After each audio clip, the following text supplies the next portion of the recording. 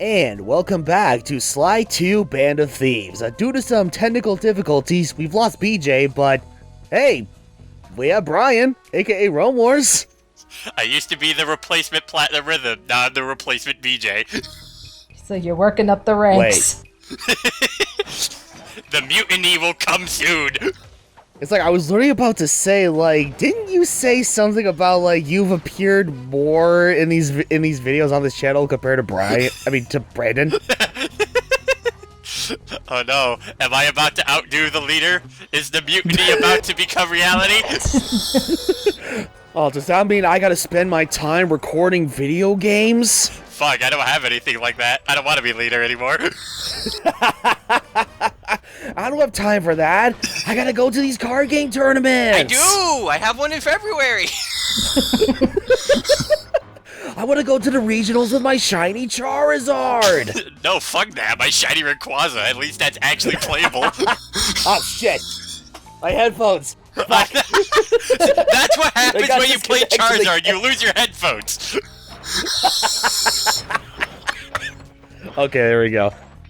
But you know, enough about shitty card choices. Let's talk about Sly 2. All right. I'm trying to think. I'm trying to think. Brian, have you played? Are you familiar with the Sly series? Oh yeah, I played the Sly games. I actually I believe there was one time where I was over at somebody's place and they had no idea how to get past this one segment of the first Sly Cooper to Thieves Raccoonus, and I'm just like, you just double jump. Oh God. That's pretty bad. You're not entirely wrong. I mean, it's like, yeah, with Sly 1, they made that game like solely as a platformer. Yeah. There was hardly any stealth involved. Yeah, and then there was I didn't get too much experience actually playing Sly 2. I've seen plenty of playthroughs of it, but the one that I actually got more experience with, like actually playing, was a friend of mine with Honor Among Thieves. Ah, yes. Alrighty. Sly 3, Honor Among Thieves. Yep. Not one of the most memorable Sly games in the trilogy, but still very underrated. Yeah, see, I will say that. I'm kind of weird because it's like, honestly, out of all of the trilogy, Sly 3 was actually the one I had the most fun playing. Oh, really? Yeah, I had a lot of fun with Sly 3. Yeah, I mean, it's like, don't get me wrong, I had a fucking blast with Sly 3, but it's like, when you really get down to it, it's like, I would still find, like, Sly 2, Band of Thieves Races, to be way more memorable and more fun to play compared to Sly 3. That seems to be the consensus Actually, from what I'm seeing, is a lot of people say Sly 2 is the best one. It's weird though, because I actually kind of hear the opposite. I actually hear that, I hear a lot more people saying Sly 3 is primarily the best, but it's more so, I feel it's just more so the character interaction in Sly 3 is better. No, I mean, I think I can see that. Yeah. Hey, what's that raccoon up there? No, we kind of established previously, these mooks, they don't know how to look up. They apparently don't know how to look ahead of them either. Yeah, really. Oh, but calm now. What? Oh, wait. Nah, never mind. It's okay. Yeah, not in the mood to go down that rabbit hole. Yeah. But let me see here. So, okay, to basically, like, do, like, a very small recap on what's to come with these first set of missions before we move on to the big heist. Like, as you've been seeing, like, throughout this entire level thus far, basically, the reason why we are, as I'm speeding up, like, breaking more breakable objects, because, goddammit, the things I do to accumulate more coins in order to get more upgrades sometime in the future. You kind of have to destroy everything in your path in order to get the upgrades. Sly Cooper, demolition expert. Oh yeah. Yeah, he's the he's gone from spy to demo man. yeah, it's like, not that I'm saying there's like a problem with me breaking everything in sight or whatever. I mean, shit. breaking everything with Sly Cooper, whatever, it's a fucking blast. But no, it's Sly, like, yeah, think again. twisted metal. Oh, wait. Yeah, but I mean, it's like, but I hear you, Ryan. It's like, the upgrades, because there's a lot of upgrades and they can get pricey, it's like, fortunately, there's no shortage of getting coins, and it's just, just destroying everything really is the easiest way to accumulate all the coins. Right, yeah, on top of, taking advantage of some possible exploits in this game, which again, also allow you to accumulate a lot of coins at a relatively decent pace, or at a much faster pace, I should say. You should consider yourself lucky that these mooks don't have Metal Gear Solid 2 AI. Otherwise, you have a bunch of people going like, "Hey, what's that noise?" Yeah, really. What was that noise? What the fuck? I didn't say that. Fuck. Johnny, you hear everything. But yeah, as I was trying to briefly recap earlier, it's like based on what we from what we established in the briefing or slideshow from the last before the last part ended, there's like a bunch of security around the printing press room, which of course is the main source of where the Clockwerk tail feather. Oh God! Damn, Savage! I completely forgot that happened. Damn, Sly. So, usually when you pull off these silent kills or whatever by slamming the fucking guards into the ground, you expect to slam, you would expect for Sly to slam him, into the ground. No, there was no ground at all. He literally just threw the guard down the fucking railing. Bentley, look, he floats. Oh, they float. Sly, you're scaring me.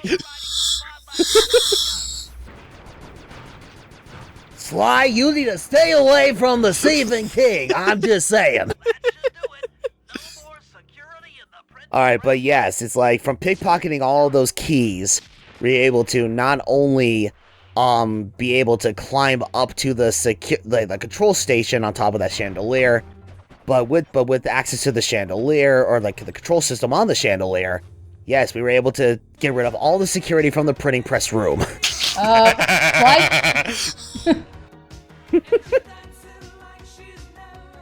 Hey guys, check out my dad's Ash dancing. Can I be in Smash now? Because that was so good in PlayStation All-Stars. Yeah, really. I didn't need a block button. Fuck those scrubs.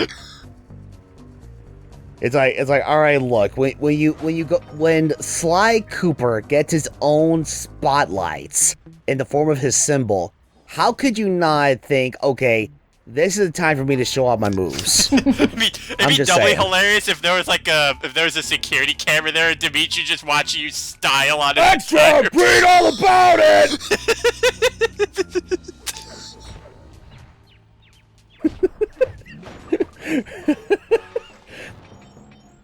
God damn it, it's like, I don't know why, that's like the funniest thing, is like, wow, a mook taken out by a goddamn newspaper. I find it funny along with burning fists. I find it funny that apparently Murray can't swim despite being a friggin' hippo. Yeah. I think BJ actually did bring that up, in a previous recording. It's like, for Bentley's sake, it's understandable that Bentley is not able to swim, because it's like, yeah, he's a turtle, and turtles are known for swimming and all of that, but considering all the tech that he has or whatever, you would think it's like, okay, it kind of weighs him down or whatnot. So, in Bentley's sake, yeah, it kind of makes sense, but for Murray, no, Brian, you're absolutely right. It's like, there should be no reason why Murray cannot have the ability to swim. I'm just saying. Murray is too big for swimming. It's like the Murray has his own buoyancy, for fuck's sake. you just see him just mindlessly floating in the middle of the sea. It's like, Dimitri, we have a floating hippo in the water. Hey, he's not the kind to get any harm. Let him do his thing. He's waiting. Leave him alone. Sooner or later, he will swim with the fishes. Sir, he's eating the fishes. Oh. Also, how cheap is your tech that it's getting taken out by paper? It's like, how hard is this paper? Jesus. I mean, I know, like, if you lift, like, a big, heavy stack, it will eventually feel like a brick, but still, it's like, one newspaper out of getting, like, one newspaper out of, like, what is it, the mailboxes that you would normally order papers from? Yeah. They are not that heavy. You're not getting bricks. Not really. Oh, Jesus. Yeah, you know what? I completely forgot that, like, the rats that you run into, in this level. Yeah, there are some rare cases where it's like, they don't just, like, fight you, like close quarters wise. But, yeah, sometimes they do, in fact, throw dynamite. Table flip! The Murray is flipping the table! That, honestly enough, is like, okay, I know there's been, like, a meme flowing around the internet for God knows how long, but it's like, I can actually, like, hear Murray, like shout something like that. Like, come up with, like, some bogus, like, a superhero move, and he goes, like, table flip! He's an anime character. He has a name for every one of his signature attacks. Yeah, because that's how all the cool kids do it. Yeah. And now you threw Dimitri's own men into his tech. Now see that that makes sense. I mean, it's funny. Throw a body at something. Something's getting damaged. Yeah, really. I mean, it's like, okay, why bother going around and trying to, pick up items to take care of those security boxes when basically these enemies just try to take you down, but little do they realize they come off as projectiles themselves. Dimitri's tech. It's like, you're basically just making this a lot easier for me. See, Dimitri's tech seems to have very high vulnerability to newspaper politics. Oh my goodness. I guess you could say it's fake news. God. These newspaper reviews do not know what good fashion taste is! How dare they give me such low ratings! Hold it, Cooper. Constable. I don't even need to look at this article. This Trump guy, he has no juice. Why are you helping me out? Trump says Dimitri's fashion sucks. And Twitter erupts and has a shit fit.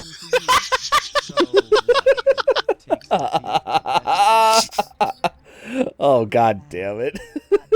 I'm going to trust you in this case. Okay. Alright, so we took out the security boxes with Murray, but now Don't fall behind. here comes one of the first of, I believe, 3 segments where we have to literally, like, follow and or chase down Neela to get to our next destination. She is emitting quite the fume. The fume, or is like just like letting out like pollen or like fairy dust or something? Well, She's letting out something. But actually, now that I think about it, couldn't this just be like, what is it, Sly's like Cooper instincts or whatever? I mean, it's like, because you see the sparkles, to indicate that, it's something to climb. I know it's a game mechanic, but they've explained even in the first game that, that's a visual indicator and that's his Cooper instincts and everything. So can we assume that that's what this is? As a mere assumption, I mean, it is a possibility. I mean, that's the sad thing with regards to something as small as this. It's not really explained on why Neela is emulating this light behind her.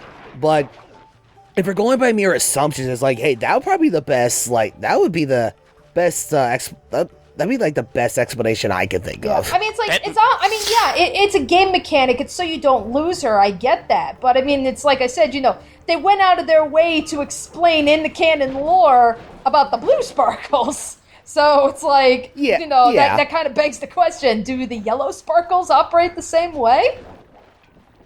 Yeah. I mean, it's like technically Neela, carries this the supposed item, which I will get into later down the road, like later during the game, which is relatively big and it radiates a massive glow considering how big this item is.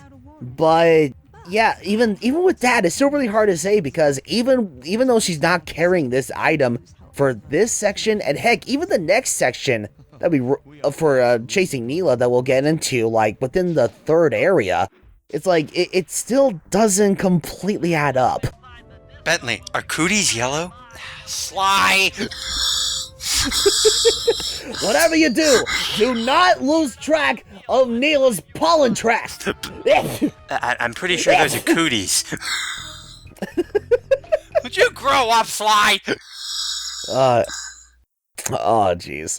It's like, yes, he chases Neela, and it's like throughout the entire time, he's just sneezing like crazy, because he's just like inhaling all this yellow stuff. Yeah. Like, for all we know, it could be like pollen and shit. Yeah. Alright, well, that'll pretty much do it for this part of Sly 2 Band of Thieves. So, thanks to Neela, we now have unlocked a brand new mission featuring Bentley for the first time. So, join us next time as we get into Bentley's first official mission on the field before we get into the big heist of this area. We will see you guys then. It's about time!